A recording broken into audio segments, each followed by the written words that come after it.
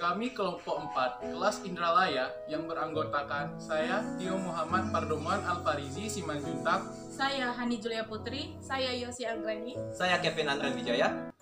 Baiklah, judul materi kali ini yaitu kurva titrasi asam amino. Selanjutnya adalah tujuan. Tujuan dari pembelajaran ini ialah mahasiswa menguasai prinsip-prinsip K3, pengelolaan laboratorium, dan teknologi penggunaan peralatan dan instrumen kimia. Selanjutnya adalah materi. Titrasi atau titrimetri mengacu pada analisa kimia kuantitatif yang dilakukan dengan menetapkan volume suatu larutan yang konsentrasinya diketahui dengan tepat, yang diperlukan untuk bereaksi secara kuantitatif dengan larutan dari zat yang akan dianalisis. Larutan dengan konsentrasi yang diketahui tersebut disebut larutan standar. Kurva titrasi diperoleh ketika pH dari volume tertentu dari larutan sampel yang bervariasi setelah penambahan asam atau alkali. Asam amino adalah senyawa organik yang memiliki gugus fungsional karboksil, COOH, dan amina, NH2. Gugus karboksil memberikan sifat asam, dan gugus amina memberikan sifat basa. Dalam bentuk larutan asam amino bersifat amfoter atau cenderung menjadi asam pada larutan basa dan menjadi basa pada larutan asam, perilaku ini terjadi karena asam amino mampu menjadi Zwitter ion. Kurva titrasi memberikan gambaran akan muatan listrik asam amino di mana terdapat hubungan total muatan listrik dengan pH larutan. Berikut adalah gambar struktur Zwitter ion asam amino. Selanjutnya adalah alat dan bahan. Alat yang digunakan yaitu pipet tetes, Erlenmeyer, gelas ukur, gelas kimia, batang pengaduk, dan kaca arloji. Alat selanjutnya yaitu buret, statif dan klem, spatula besi, corong kaca, labu ukur, dan pH meter. Selanjutnya, bahan yang digunakan yaitu glisin, NaOH, air aquades, buffer 4, buffer 7, dan buffer 10. Selanjutnya adalah prosedur kerja. Kalibrasi pH meter. 1. Kalibrasi pH meter menggunakan larutan standar buffer. 2. Lepaskan tutup elektroda dan cuci elektroda dengan aquades. 3. Letakkan elektroda kembali pada penyangga pH meter dan bersihkan bola pada elektroda menggunakan tisu untuk menghilangkan air yang berlebih.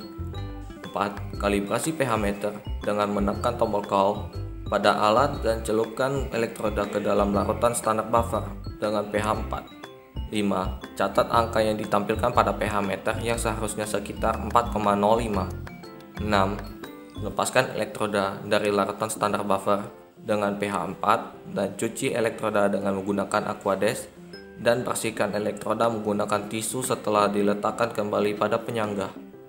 7. Lakukan langkah yang sama sambil mencelupkan elektroda ke dalam larutan standar buffer dengan pH 7 dan pH 10.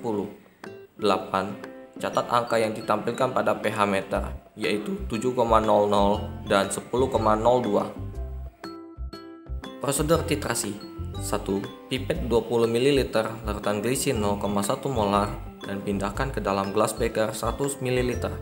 2. Letakkan gelas beker yang berisi glisin 0,1 molar dan celupkan elektroda pH meter. 3. Selanjutnya, lakukan pengadukan. Amati angka pada pH meter dan catat pH-nya. 4. Tambahkan HCl 0,1 molar ke dalam buret, lalu jepit buret tersebut. 5. Tambahkan aliquot 0,3 ml HCl ke dalam gelas beker yang mengandung glisin 0,1 molar. 6. Pembacaan pH dicatat tiap penambahan 1 ml HCl. 7. hentikan pengadukan dan lepas elektroda dari larutan penyangga, lalu cuci dengan Aquades. 8. Pipet 20 ml larutan glisin 0,1 molar dan pindahkan ke dalam gelas beker 100 ml. 9. Letakkan gelas beker tersebut dan catat pH-nya. 10. Jepit biuret yang mengandung NaOH 0,1 molar pada statif dan secara perlahan tambahkan aliquot 0,3 ml NaOH ke dalam gelas beker yang mengandung glisin 0,1 molar. 11. Pembacaan pH dicatat tiap penambahan NaOH hingga nilai pH menjadi 12. 12. Gambar kurva titrasi menggunakan nilai yang diperoleh dari percobaan. Selanjutnya, untuk lebih memahami mengenai kurva titrasi asam amino, simaklah video berikut. Kalibrasi pH meter. Alat yang digunakan yaitu pH meter, elektroda, buffer 4, buffer 7, dan buffer 10. Langkah selanjutnya yaitu mencuci elektroda dengan menggunakan air Aquades.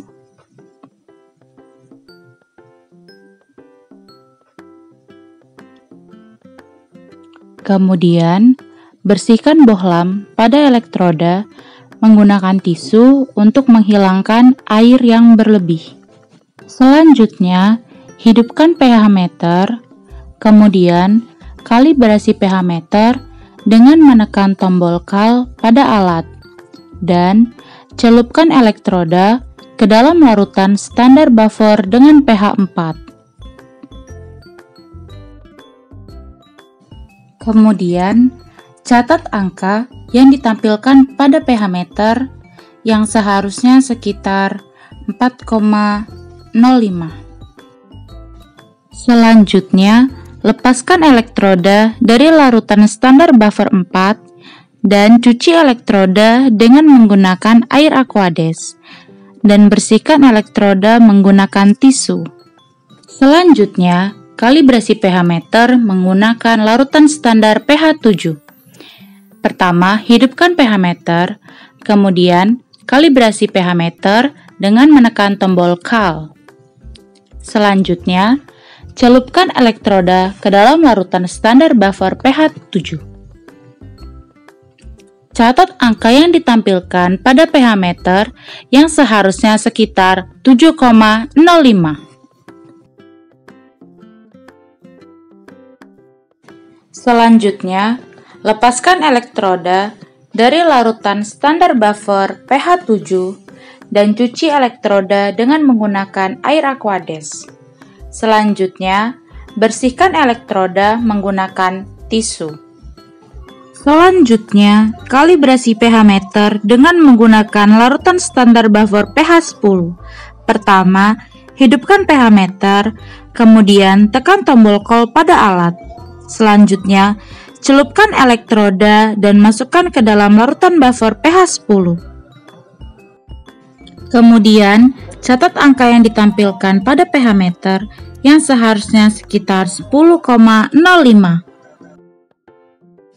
Selanjutnya, prosedur kurva titrasi asam amino. Tambahkan HCl 0,1 m ke dalam buret. Selanjutnya, letakkan gelas beker yang telah terisi 20 ml glisin 0,1 m. Kemudian, hidupkan pH meter.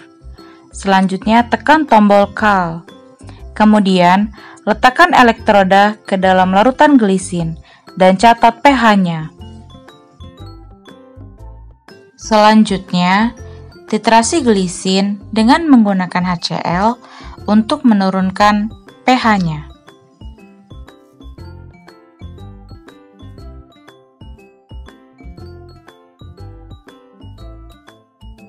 Dan didapatkanlah pH glisin 0,84. Kemudian, cuci elektroda dengan menggunakan Aquades dan bersihkan elektroda menggunakan tisu. Selanjutnya, tambahkan larutan NaOH 0,1 m ke dalam buret.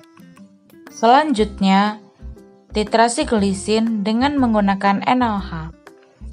Yang digunakan yaitu buret berisi NaOH, glisin, dan pH meter.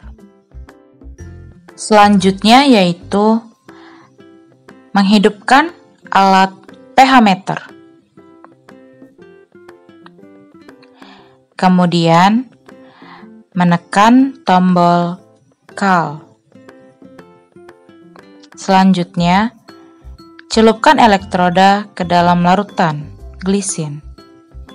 Kemudian, titrasi dengan larutan NaOH hingga mencapai pH 1. Selanjutnya, catat volume NaOH yang telah digunakan. Volume NaOH yang terpakai pada pH 1 yaitu 1 mili. Selanjutnya, titrasi glisin pH 1 dengan menggunakan NaOH hingga pH menjadi 2. Selanjutnya, catat volume NaOH yang telah digunakan. Volume NaOH yang terpakai pada pH 2 yaitu 6,2 mili. Selanjutnya, titrasi glisin pH 2 dengan menggunakan NaOH hingga pH menjadi 3. Selanjutnya, catat volume NaOH yang telah digunakan. Volume NaOH yang terpakai pada pH 3 yaitu 16,6 mili.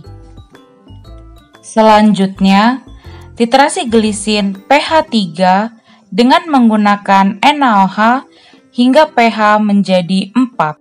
Selanjutnya, catat volume NaOH yang telah digunakan. Volume NaOH yang terpakai pada pH 4 yaitu 19,8 mili.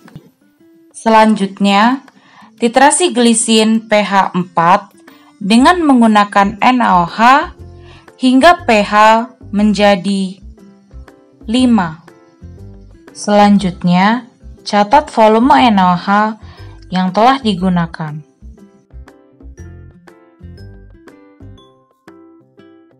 Volume NaOH yang terpakai pada pH 5 yaitu 20 mili. Selanjutnya, titrasi glisin pH 5 dengan menggunakan NaOH hingga pH menjadi 6. Kemudian, catat volume NaOH yang terpakai. Volume NaOH yang terpakai pada pH 6 yaitu 20,4 mili. Selanjutnya, titrasi glisin pH 6 dengan menggunakan NaOH hingga pH menjadi 7. Kemudian, catat volume NaOH yang terpakai. Volume NaOH yang terpakai pada pH 7 yaitu 20,8 mili. Selanjutnya, titrasi glisin pH 7 dengan menggunakan NaOH hingga pH menjadi 8. Kemudian, catat volume NaOH yang terpakai. Volume NaOH yang terpakai pada pH 8 yaitu 21,2 mili. Selanjutnya, titrasi glisin pH 8 dengan menggunakan NaOH hingga pH menjadi 9. Dan catat volume NaOH yang terpakai. Volume NaOH yang terpakai pada pH 9 yaitu 21,6 mili. Selanjutnya, titrasi glisin pH 9 dengan menggunakan NaOH hingga pH menjadi 10. Dan catat volume NaOH yang terpakai. Volume NaOH yang terpakai pada pH 10 yaitu 21,8 mili. Selanjutnya, titrasi glisin pH 10 dengan menggunakan NaOH hingga pH menjadi 11. Kemudian, catat volume NaOH yang terpakai. Volume NaOH yang terpakai pada pH 11 yaitu 22,2 mili. Selanjutnya, titrasi glisin pH 11 dengan menggunakan NaOH hingga pH menjadi 12. Kemudian, catat volume NaOH yang terpakai. Volume NaOH yang terpakai pada pH 12 yaitu 24,8 mili. Selanjutnya, titrasi glisin pH 12 dengan menggunakan NaOH hingga pH menjadi 13. Dan catat volume NaOH yang terpakai. Volume NaOH yang terpakai pada pH 13 yaitu 40,2 mili. Selanjutnya, data pengamatan. Tabel data pengamatan. Titrasi 20 mili, glisin 0,1 m dengan 0,1 m NaOH. pH 1 larutan, volume NaOH 1 mili. pH 2 larutan, volume NaOH 6,2 mili. pH 3 larutan, volume NaOH 16,6 mili. pH 4 larutan, volume NaOH 19,8 mili. pH 5 larutan, volume NaOH 20 mili. pH 6 larutan, volume NaOH 20,4 mili. pH 7 larutan, volume NaOH 20,8 mili. pH 8 larutan, volume NaOH 21,2 mili. pH 9 larutan, volume NaOH 21,6 mili. pH 10 larutan, volume NaOH 21,8 mili. pH 11 larutan, volume NaOH 22,2 mili. pH 12 larutan, volume NaOH 24,8 mili. pH 13 larutan, volume NaOH 40,2 mili. Selanjutnya adalah pembahasan. Percobaan titrasi potensiometer ini dilakukan untuk menentukan titik akhir titrasi suatu asam amino melalui perubahan harga potensial yang ditimbulkan oleh suatu larutan. Dalam percobaan ini, larutan asam amino yang digunakan adalah glisin. Ketika glisin dititrasi dengan basa, ini berarti yang dititrasi adalah gugus amino. Dalam hal ini, ion OH- dari natrium hidroksida akan menyerang gugus NH3+ dari asam amino, sehingga asam amino hanya memiliki ion negatif dari gugus karboksil. Glisin bersifat amfoter, yakni dapat bereaksi dengan asam ataupun dengan basa. Ketika larutan glisin dititrasi dengan suatu asam, dapat membentuk suatu kation, sedangkan ketika larutan glisin dititrasi dengan basa, dalam praktikum digunakan NaOH, maka dapat menghasilkan suatu anion dengan reaksi sebagai berikut. Glisin yang ditambahkan dengan NaOH, akibatnya glisin akan terdapat dalam bentuk anionnya, karena konsentrasi ion OH- yang tinggi mampu mengikat ion-ion H+ yang terdapat pada gugus NH3+, membentuk gugus NH2 dan H2O. Titik isolistrik dapat ditetapkan dengan titrasi. Titrasi kation dari glisin dengan basa ketika basa ditambahkan ion yang terprotonkan sempurna diubah menjadi ion dipolar yang netral. Dari literatur diketahui tetapan isoelektriknya adalah 5,95, yaitu dengan membagi pK1 ditambah pK2 yang bernilai 2,3 dan 9,6. Kurva titrasi asam aminoglisin dengan NaOH dapat dilihat pada grafik berikut. Selanjutnya adalah kesimpulan. 1. Glisin mempunyai sifat asam amino amfoter. Asam amino bersifat amfoter yang berarti bahwa akan bersifat asam pada suasana basa dan bersifat basa pada suasana asam. 2. Pada titrasi asam amino terjadi reaksi kesetimbangan. 3. pK1 terjadi pelepasan proton oleh gugus karboksil pada reaksi kesetimbangan. 4. pK2 terjadi pelepasan proton oleh gugus asam amino yang terjadi pada reaksi kesetimbangan. 5. Pl atau titik isoelektrik dari glisin diketahui sebesar 5,97 dengan nilai pKa1 sama dengan 2,34 dan pKa2 sama dengan 9,60. 6. Dari hasil titrasi didapatkan nilai volume NaOH yaitu pada pH 1 sama dengan 1 mili, pH 2 sama dengan 6,2 mili, pH 3 sama dengan 16,6 mili, pH 4 sama dengan 19,8 mili, pH 5 sama dengan 20 mili, pH 6 sama dengan 20,4 mili, pH 7 sama dengan 20,8 mili, pH 8 sama dengan 21,2 mili, pH 9 sama dengan 21,6 mili, pH 10 sama dengan 21,8 mili, pH 11 sama dengan 22,2 mili, pH 12 sama dengan 24,8 mili, dan pH 13 yaitu 40,2 mili. Terima kasih telah menyaksikan video kami. Semoga video ini dapat bermanfaat bagi kita semua.